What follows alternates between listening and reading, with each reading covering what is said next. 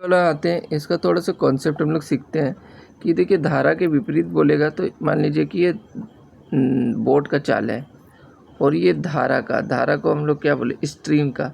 तो भाई अगर विपरीत बोले तो घटाना है और साथ बोले तो ये करना है। इसमें ऐसे भी क्वेश्चन आता है अपवर्ड, ठीक है, ये हो गया अपवर्ड वाला और ये हो गया डाउनवर्ड वाला, ठीक है।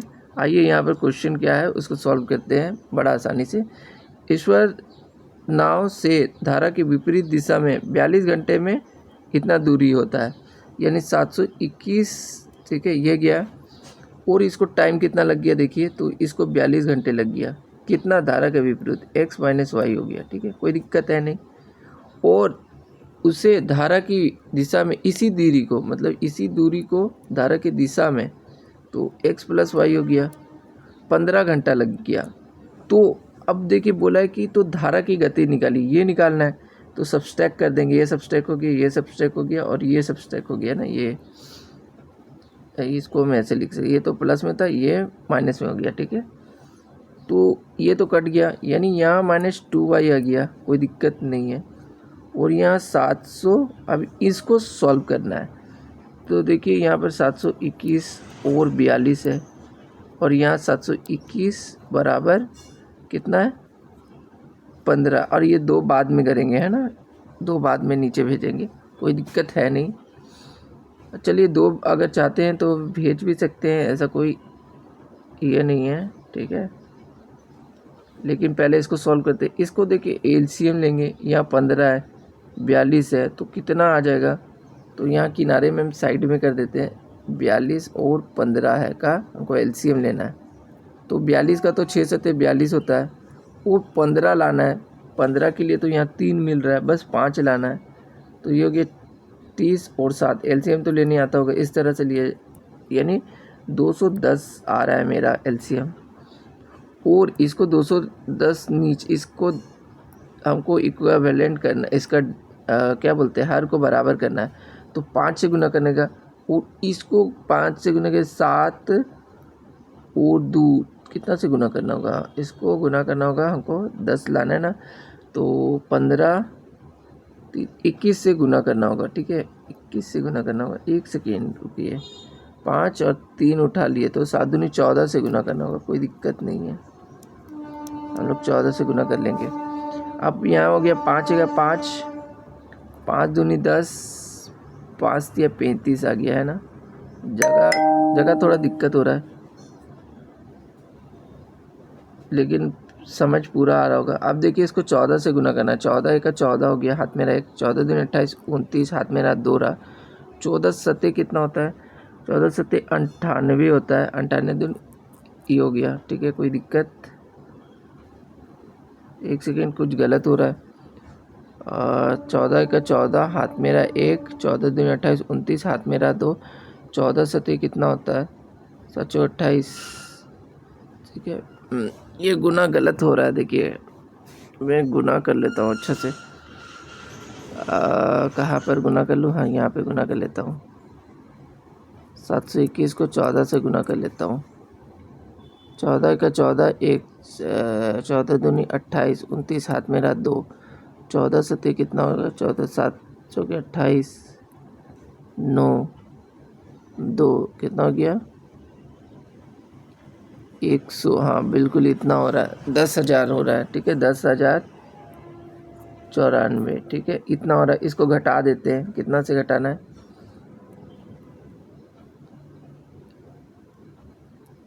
ये इसको घटा देते हैं 35 से,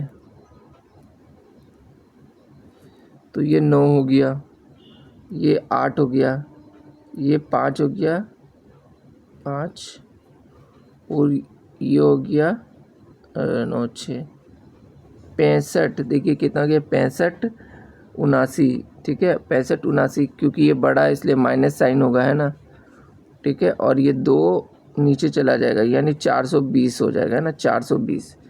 65 89 मिटाता हूँ एक बार, 65 89 और 420, ये डिवाइड करके भी आप ला सकते हैं, 420 एक बार में आ गया, 3 2, ठीक है, कोई दिक्कत है नहीं। आप देखिए कितना बार में जाएगा, 5 बार में चला जाएगा। तो इतना सेम टू सेम, मतलब यहाँ जगह दिक्कत हो रहा है, लेकिन आप आराम से समझ सकते हैं इतना हार्ड मैथ्स को इतना इजी तरीके से। अब मैं थोड़ा सा लिखने का शैली को चेंज करूँगा। एक क्लास में 30 विद्यार्थी ने एक परीक्षा दी, ठीक है। कितने विद्यार्थी ने? 30 विद्यार्थी ने परीक्षा दे दी, कोई दिक्कत नहीं। 12 का औसत स्कोर इतना है। 12 का जो एवरेज है वो बताया गया कि 60 है। मैं तो ऐसे ही कर देता, लेकिन आपके लिए लिख रहा हूँ। बाकी विद्यार्थी, बाकी जो बचे, कितना बचे? 18 विद्यार्थी का एवरेज 62 है। तो कक्षा का औसत स्कोर कितना है? तो देखिए ऐसे में जब भी आए तो टोटल कितना हो जाएगा? टोटल बच्चे हो गए 30, कोई दिक्कत है नहीं, ठीक है। और इन दोनों को गुना करना होता है, ठीक है। तो अब हम लोग गुना भी कर लेते हैं, मल्टीप्लाई। तो 12 छक 72, 61 हो गया। 18 दूनी 36, हाथ में रहा 3, ठीक है। और 18 छक कितना होता है? 8 छक 48 और 4, ठीक है, 108 होता है। 108 और 3, 108 और 3, एक सेकेंड, 108 और 3 कितना हो गया? 1 और 1 इतना हो गया। अब इसको ऐड करते कितना होगा? 6, 2 1 3, 8 इतना। अब इसको हमको करना है 30 से, तो बिल्कुल 3 से काट देंगे। 3 छक 18, 3 एक 3, 3 दूनी और 1 पॉइंट, यानी 61.2 आ जाएगा। ये तो बहुत ही आसान था। ये भी क्वेश्चन थोड़ा सा मैथ्स का ही देख रहे हैं, लेकिन ये क्वेश्चन आगे तो कर देते, ठीक है। पूरा भारतीय दूर संचार क्षेत्र को किस वर्ष दूर संचार नीति के तहत उदारीकृत किया गया था? तो 1994। अब यहाँ पर देखिए इस क्वेश्चन को बहुत कुछ छोड़ के आते हैं। क्यों छोड़ते हैं? पाइप ए 18 मिनट में भर सकता है, ए जो है वो 18 मिनट में भर दिया, सही बात है। जबकि बी पूरी तरह से टैंक को 20 मिनट में खाली कर सकता है। ये ऐड कर रहा है, ये सब्सट्रैक्ट कर रहा है। शुरू में पाइप ए को खोला जाता है और 6 मिनट बाद पाइप बी को खोल दिया जाता है, ठीक है। तो पहले इन दोनों का एलसीएम लेंगे। 18 को 18 90 होता है, 18 बचे नहीं। पहले इन दोनों का एलसीएम निकाल लेते हैं। 18 है तो लिख देते 9 दूनी 18, और इसके लिए 10 चाहिए, तो 180 ही बिल्कुल चाहिए। यहाँ 10 हो गया, ये 9 हो गया। तो ए को 6 मिनट के बाद, मतलब कि 6 मिनट तक ए चला, यानी 60 यूनिट हो गया। अब क्या बोला जा रहा है? पाइप बी को खोल दिया जाता है, यानी 9 यूनिट और ये 1 यूनिट, ठीक है। ये 9 यूनिट और ये 1 यूनिट, ठीक है, कोई दिक्कत नहीं है। ये 1 यूनिट करेगा, ठीक है। ये एक चीज़ देखिएगा कि कितना हो गया है, 60 यूनिट तो ये भर चुका, यानी 180 का टैंक था, 60 यूनिट इसने क्या किया? भर दिया। तो 120 बचा है, और ये 10 से भरेगा, 9 से खाली, यानी और उसे कितना टाइम लगेगा? शेष पूरा टैंकी को भरने में 120 लगेगा। कोई भी हम ऐसा शॉर्ट ट्रिक नहीं करे जिसको समझ में ना आए, सबको समझ में आ रहा होगा। तो बोला है कि x और 338 के बीच मध्य अनुपात इतना है। तो इनके बीच मध्य अनुपात क्या होता है यार? तो मध्य अनुपात तो रूट में होता है जी, बिल्कुल 338, और ये हो गया 60। तो अब हम इसको स्क्वायर करेंगे, स्क्वायर कर दिए तो ये यानी ये डबल हो जाएगा, ठीक है। ये डबल हो गया 200, ठीक है। अब इसको हमको क्या करना होगा? इससे डिवाइड करना होगा, ठीक है। इतना क्या 26 से जाएगा? लग तो रहा है चल जाएगा। 26 एक 26, और यहाँ पर 7, यानी 3, 13 आ गया, और ये काट दिए 2, तो यानी यहाँ पर हमको मिल जाएगा 2 और 3, 2 और यहाँ पर 200। कितना आसानी से हो गया, मतलब कॉन्सेप्ट एकदम सही तरीके से यूज किया जा रहा है, आसानी से बन जा रहा है। वह अवधि याद कीजिए जिसमें 1200 रुपये की धनराशि 4% वार्षिक साधारण ब्याज की दर से इतना हो जाएगी। तो यानी ब्याज जो है वो आपका इतना हो जाता है, पी तो यहाँ पर इतना है, बस टाइम दिखाना है कि कितना होगा। तो टाइम हमें अभी तक तो टाइम पता नहीं है, ये कट जाएगा, यानी 4 12, देखिए यहाँ 12 आ गया, यहाँ पर 4 आ गया। तो बोल सकते हैं कि यहाँ से 4 से कटते 4 5 20, 4 7 28। अब यहाँ पर काटना होगा तो 3 से कट जाएगा, 3 चौके 12, 3 एका 3 और 3 9, 190 को अगर 4 से डिवाइड करेंगे तो कितना आएगा। तो इसको डिवाइड कर दे रहे 4 से, 4 चौके 16। ठीक है, क्या हो गया जी, गलत आ रहा है क्यों। 1200 की धनराशि 4 हो गया, 12 4, 4 5 20, 4 7 28। ठीक है, 3 एका 3 ठीक है, ये 4 से कटेगा। 4 से कटने के बाद भी मेरा आंसर नहीं आ रहा है, क्यों। एग्जाम में भी वही दिक्कत होता है।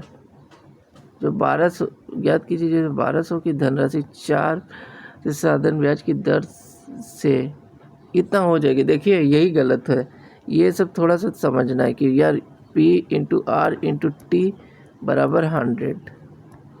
ठीक है, तो यार ये जो है हो जाएगी, यानी अमाउंट दिया, इसको घटाओगे 12 से तब ना यार। 80 100 और ऐसे 1080 हो जाएगा। अब यहाँ पर ये करते हैं ना, ये घटा दी 48, 48 यानी इसके नीचे आ जाएगा। अब करो 12 9 108, 12 चौके, अब करो 2 दूनी 4, 2 दूनी 4 यानी 22। ये वाला आ गया आंसर। कितना आसान था। यही होता है, क्वेश्चन को नहीं समझेंगे टाइम लगेगा, क्वेश्चन को समझना होता है। इतना इजी क्वेश्चन को देख करके लग रहा था यार चलो ऐसे ही कर लेते हैं। एक विक्रेता ने 1 रुपये में, देखिए 1 रुपये में 7 नींबू खरीदा और कितना 75% लाभ अर्जित करने के लिए उसे 1 रुपये में कितना नींबू क्या करना होगा, बेचने होंगे। तो देखिए 75% लाभ है, तो अभी हम इसको सॉल्व कर लेते हैं। 75% को ऐसे लिखते हैं 3/4, यानी हमको प्रॉफिट कमाना होगा 7 यूनिट, 4 यूनिट में खरीदना होगा, 7 यूनिट में बेचना होगा, इस टाइप का। तो अभी हम लोगों को पता है कि यहाँ पर क्या है, ये अभी तक हम लोग को पता नहीं है। देखिए 1 रुपये में यहाँ 7 नींबू है, बिल्कुल कोई दिक्कत है नहीं।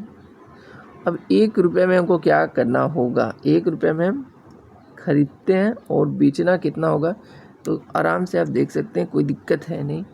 खरीदे हैं 7, बेच दीजिए ना 4 में, कोई दिक्कत है नहीं है इसे आपका। ये कैसे हुआ, क्या कॉन्सेप्ट है कि खरीद रहे हैं 4 में, 4 और बेचेंगे 7 में, यानी 4 और इस 7 हो गया। बहुत इजी था। और मैथ बचा नहीं, मैथ ख़त्म हो गया। अब यहाँ पे आते हैं, अभी हम लोग कोई भी गलती, देखिए कितना रुपीज़ है, 47,100 रुपीज़ है। 2 वर्ष के लिए जमा किया जाता है और वार्षिक रूप से संयोजित चक्रवृद्धि ब्याज के बीच का अंतर ज्ञात कीजिए। कर लेते हैं, अंतर कितना है, 9/100, 9/100 कितना होता है।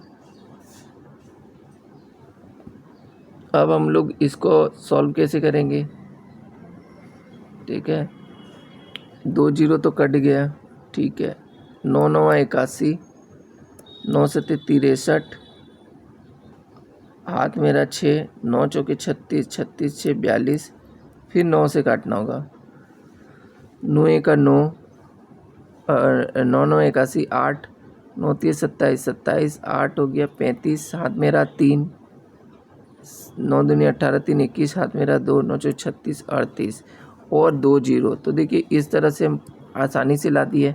आप पूछेंगे क्या हुआ यहाँ पे, तो आपको पता होना चाहिए 2 वर्ष का अंतर का फॉर्मूला है, इसको मैं बस इतना ही याद रखना है और यहाँ डिफरेंस हो जाएगा, कुछ दिक्कत नहीं है, बहुत ही आसानी से बन गया। अब ये वाला क्वेश्चन को सॉल्व करते हैं फटाफट। एक लंब वृत्तीय शंकु का वक्र क्षेत्रफल तो पाई RL, जैसे बोले वैसे ही लिख दीजिए, पाई है, ठीक है, तथा इसके आधार का व्यास दिया है, तो यहाँ R में कन्वर्ट कर लीजिएगा पटाख से, और मीटर सेंटीमीटर का ध्यान रखिएगा। तो शंकु की ऊंचाई ज्ञात करना है, तो चलो बिल्कुल सही है, हमको पाई पता चल गया। एल हम यहाँ से निकाल लेंगे।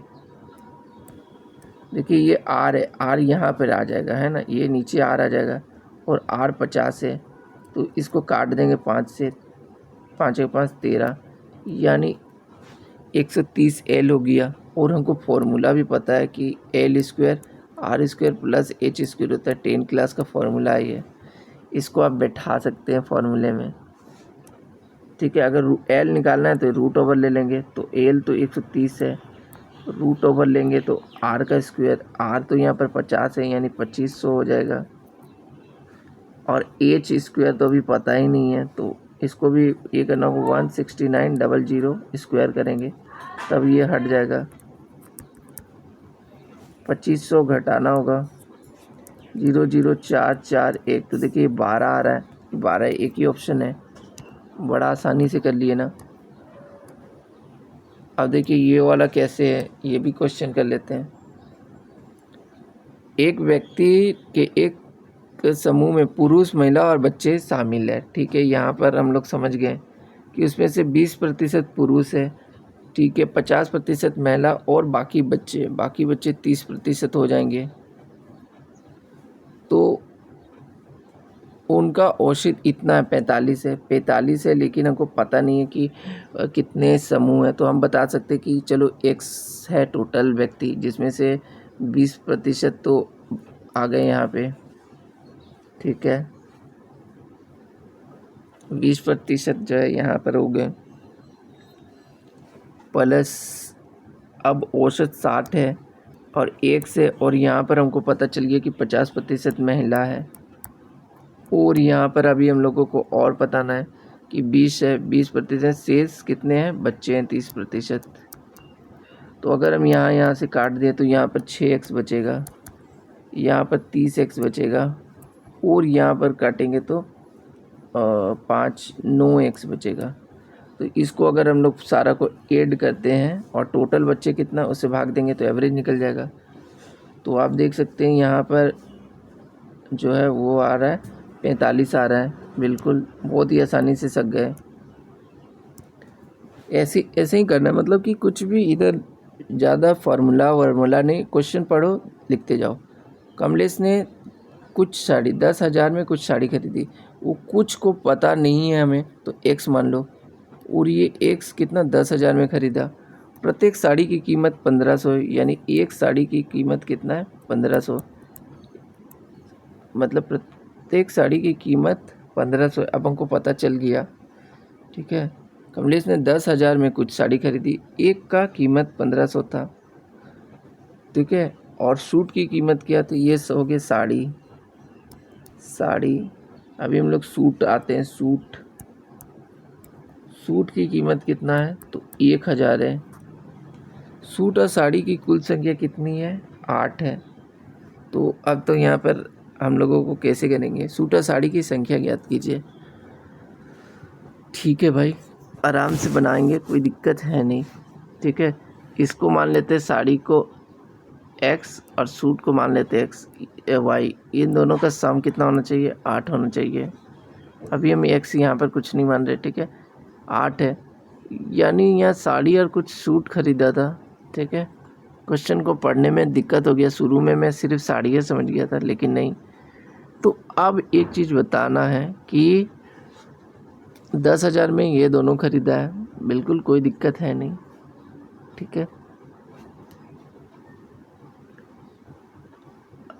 अभी 1 मिनट मिटा करके फिर से करते ताकि दिमाग लगा ले। कमलेश ने 10,000 में कुछ साड़ी कुछ सूट खरीदी, प्रत्येक साड़ी की कीमत कितना है, तो भाई प्रत्येक साड़ी की कीमत हमको साड़ी x से मान लिया, तो साड़ी का दाम कितना हो जाएगा, 100 गया। भाई सूट का दाम कितना होगा, देखो 8 था, 8 में से x घटा दिया तो सूट आ गया, और सूट की दाम जो 1000, और टोटल मिला करके 10,000 हो गया, बिल्कुल साफ़ सुथरा हो गया। अब इसको गुना करेंगे तो ये 8,000 हो जाएगा, जो कि इधर चला जाएगा 8,000, तो ये 2,000 बच गया घटा के। ये देखो 500 बच गया, और ये घटा देंगे तो ये कितना हो जाएगा, 2 0 और 4, यानी हमको पता चल गया जब ये 4 है तो ये वो भी 4 हो जाएगा। कितना आसान था। बस ये क्वेश्चन को नहीं पढ़ने से ना दिक्कत है, क्वेश्चन को बहुत अच्छे से पढ़ना चाहिए।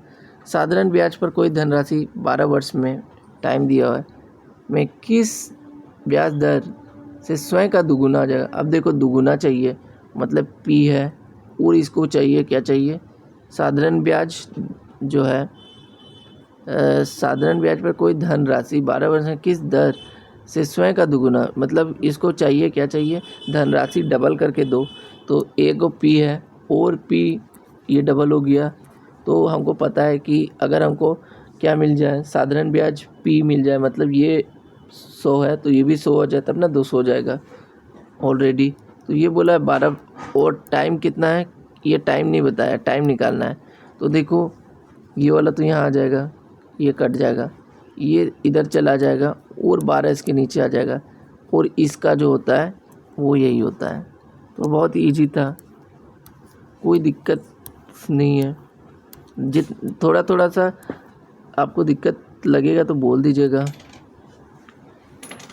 मंजिता अपनी आय का 40% खर्च करती है, अच्छा आपके पास और बचाती है। तो अब देखिए 40% है, 60% तो वो बचा ली, और 60% इतना है, तो 1% कितना होगा ये हम लोग जान लेते हैं, इसको काट देते हैं।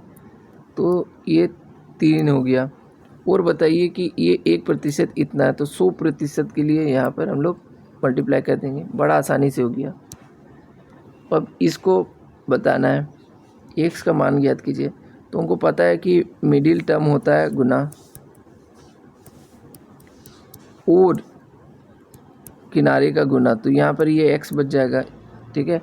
जिसको समझ में नहीं आ रहा मैं फिर से लिख के ही बता दे रहा हूँ कि देखिए कभी भी ना क्या होता है कि ये दोनों एक साथ मल्टीप्लाई होते हैं और ये दोनों एक साथ मल्टीप्लाई होते हैं, ये नीचे चला जाएगा, इसीलिए मैं यहाँ पर लिख दिया और इसको हटा दिया। ये पॉइंट टू पॉइंट कट गया, 7 पचे 35 2 आ गया, 7 पचे 35 2 आ गया। अब देखिए इसको 2 से गुना करेंगे, 5 से डिवाइड कर देंगे, ठीक है।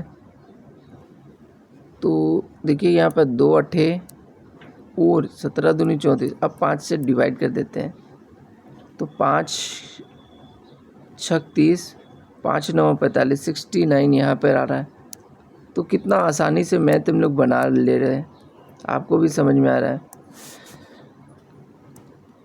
अब देखिए बहुत लंबा क्वेश्चन आ गया है और मेरे पास बोर्ड में जगह भी नहीं है रहता है इतना, लेकिन फिर भी करते हैं। 25 वास्तविक संख्या का समांतर माध्य कितना है, 110 है। अब ये समांतर माध्य क्या होता है, ठीक है, सब बताते हैं। यदि 10 संख्याओं में से प्रत्येक में बोध वृद्धि करना पड़ेगा, यानी 12.5 वृद्धि की जाए और अन्य 10 में 15 वृद्धि की जाए, ठीक है, और शेष 5 में कोई परिवर्तन ना किया जाए, तो समांतर माध्य का नया मान क्या है, मतलब एवरेज ही निकालना है। तो टोटल जो है, अब देखिए ये नया माध्य निकालना है, बहुत खतरनाक है, लेकिन हमको पता है नीचे तो 25 ही रहेगा, इतना खतरनाक है। प्रत्येक 10 संख्या में कितना की वृद्धि कर दी जाए, तो 12.5 वृद्धि कर दी जाए। तो लेकिन इतना डिफिकल्ट, मान लीजिए कि 2 गो संख्या है, ठीक है, चलिए 3 गो संख्या, इसका एवरेज कितना होगा, तो बोलेंगे सर ये तो 2 होगा। अगर सब में एक एक वृद्धि कर देते हैं कितना होगा, तो बोलेंगे सर एक वृद्धि की है तो एक ही आया, मतलब एक बढ़ जा रहा है। 12.5 वृद्धि की है तो यानी औसत में तो सर इतना वृद्धि हो गया, ठीक है, मतलब यहाँ 2 था तो यहाँ पर सर इतना वृद्धि हो जाएगा। कोई दिक्कत तो यहाँ पर सर है नहीं, हम समझ गए अच्छी तरह से, तो बिल्कुल ये समझ में आ गया। यानी यहाँ 15 वृद्धि की तो 15 हो जाएगा, और शेष 5 बचा तो शेष 5 में कोई वृद्धि नहीं किया, तो 5 में तो भाई कोई वृद्धि हुआ नहीं, ठीक है।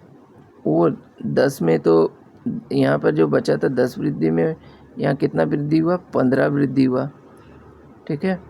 और ये 10 में सर 12 वृद्धि हुआ, तो देखो कितना वृद्धि हो रहा है, इसको समझना है, ठीक है। नया माध्य कितना होगा ये समझना है।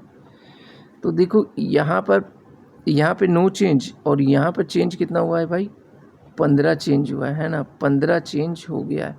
तो टोटल अगर ऐड किया जाए वो ज़्यादा तो नहीं हो जा रहा है ना, 27 हो गया। हाँ सर 27 हो गया, ठीक है 27 नया है। तो अब इस 27 को हमको क्या करना पड़ेगा, तो सर इस 27 को कुछ नहीं करना पड़ेगा, बल्कि हम लोगों को एकदम याद रखना कि ये दोनों को हम लोग लिख देंगे ऐसे। एक सेकेंड और भी बता देते कितना कितना वृद्धि हुआ। 25 कितना था, 12.5, 125 संख्या वृद्धि हो गया और यहाँ 150 वृद्धि हो गया। तो 5 7 2, 25 से डिवाइड कर देंगे, 25 एका 25, 25 एका 25 यानी 110 और 11। तो इतना आसानी से बन गया, बस इतना ही करना था।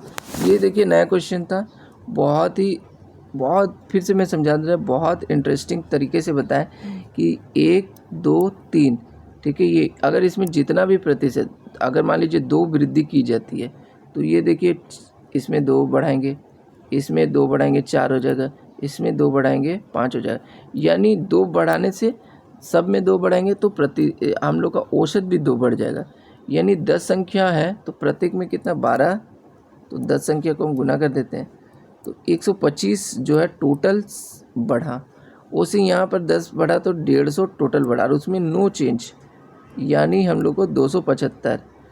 अब 25 से डिवाइड करेंगे तो मतलब इसको 11 यानी 11 एवरेज बढ़ा है, तो बस इसमें ऐड कर देंगे। बहुत ही आसान, इतना आसान तरीका बताया गया कि शायद ही कहीं पता चले। अब देखिए इतना सारा क्वेश्चन हो गया, इतना हम लोग कर लिए, अब इससे ज़्यादा करेंगे ना नहीं है मुझे, तो मैं ये कल कराऊंगा क्वेश्चन को। अगर वीडियो अच्छा लगा तो लाइक शेयर सब्सक्राइब कीजिए। थोड़ा बोलने में दिक्कत होता है बट थोड़ा प्रैक्टिस 3-4 दिन में मैं एकदम बहुत अच्छे तरीके से और अच्छा तरीके से कराऊंगा, एकदम लो लेवल में। मेरा देखिए पढ़ाई में पूरा क्वेश्चन लो लेवल जा कर के उसको अच्छे तरह से समझता हूँ फिर बनाता हूँ, है ना। देखिए यहाँ पर हम लोग ने और कोई भी प्रीवियस मतलब पहले से पढ़ा हुआ नहीं होता है, मेरे लिए भी ऐसे पलटते हैं नया, मैं खुद रिवीजन कर रहा हूँ, आपको भी ये बता दे रहा हूँ क्योंकि बहुत लोगों ने कमेंट किया था सर मैथ्स का नहीं हो रहा है, तो ये आपको समझ में आ गया। वीडियो अच्छा लगा तो लाइक शेयर सब्सक्राइब कर लीजिए क्योंकि मैथ्स में 30 में तो 30 लाना ही है, ठीक है। और आज एक वीडियो आएगा जिसमें मैं टिप्स बताऊंगा कि आप लोगों का जो एग्ज़ाम में आप लोग ना 5-10 नंबर के लिए क्यों पिछड़ रहे, मुझे इसका रीज़न पता चल गया। चलिए मिलते हैं नेक्स्ट वीडियो में, तब तक के लिए थैंक यू।